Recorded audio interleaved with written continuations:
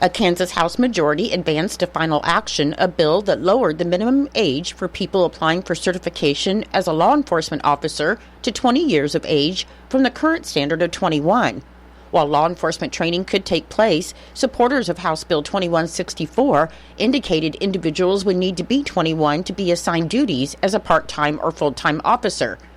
This bill would help with recruitment and retention for Kansas law enforcement departments to help address shortages. Wichita Police Chief Joseph Sullivan, who made officer recruiting a top priority since selected chief in 2022, said one barrier to attracting candidates for careers in law enforcement was the state mandate that they had to be 21 years of age prior to applying for a state law enforcement certification.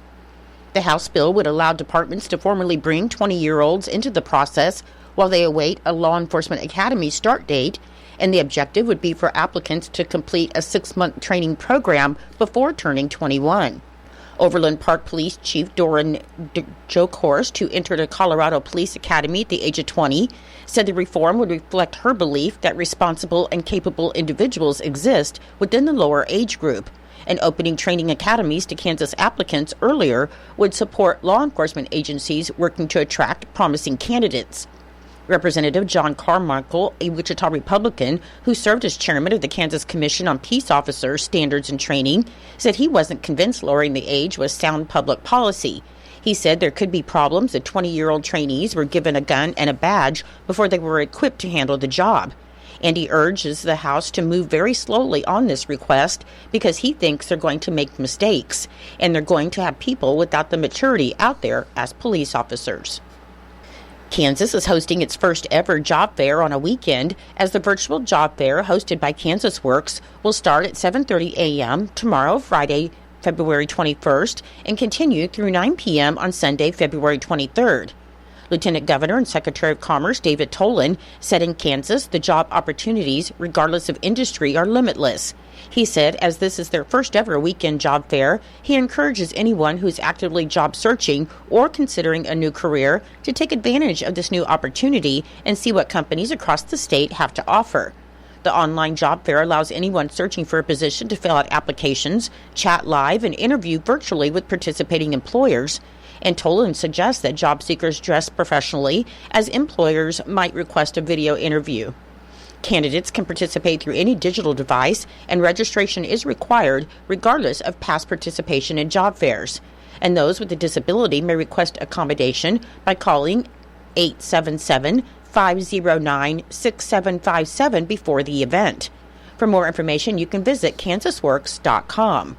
The Kansas Department of Transportation will host an open house from 5 to 6:30 p.m. on Monday, March 3rd, to provide information on the upcoming closure of K-23 in Sheridan County. The event will be held at the Hoxie Community Center, 820 Main Street in Hoxie, where attendees may stop in at their convenience during the event to review project details and detour information. The Kansas Department of Transportation and project staff will also be available for questions, though no formal presentation will be given.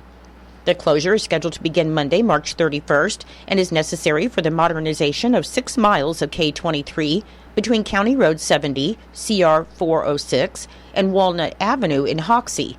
The Kansas Department of Transportation expects to reopen the highway in the fall and fully complete the project in early 2026.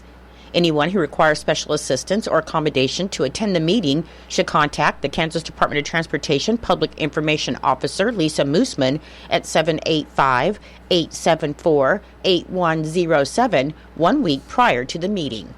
In Nebraska news, on Wednesday, a Seward County judge denied the bond for a man accused of killing his ex-girlfriend earlier this month. 54-year-old Casey Kent has been charged with 5 felonies, including first-degree murder, use of a firearm to commit a felony, and child abuse, and his first appearance in Seward County Court is scheduled for March 5th. Kent, who is in custody at UNMC, is expected to appear by Zoom at the next hearing. The Nebraska State Patrol reported that on February 8th at around 11:45 p.m., Kent went to the home of his ex-girlfriend, 36-year-old Jamie Hagan, and fatally shot her. Kent then shot himself, and authorities took him to the Seward Memorial Hospital, and he was later taken to UNMC for additional treatment. An arrest warrant affidavit shows Hagan had filed for a protection order against Kent in December 2024, and court records show that Kent had been in jail for a domestic violence case involving Hagan and he bonded out the day before she was found dead in her Seward home. Traffic safety advocates from across Nebraska have gathered at the statewide safety conference that started yesterday, February 19th, and will continue today, Thursday, February 20th, at the Yunes Conference Center south in Kearney that is hosted by the Nebraska Department of Transportation Highway Safety Office. The conference aims to share key insights, statistics, and strategies to support the Kansas Department of Transportation's mission of achieving zero traffic fatalities. According to data from the Nebraska Department of Transportation Highway Safety Office, traffic crashes are the cause of more than 230 fatalities and 15,000 injuries in Nebraska each year. With 94% of crashes linked to driver behavior, the Nebraska Department of Transportation and its partners are working to reduce impaired and distracted driving, speeding, and other dangerous behaviors through safety campaigns and grant funding opportunities.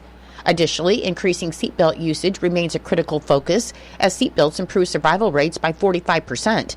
Yet Nebraska's seatbelt usage rate was only 77.3%, well below the national average of 91.9%.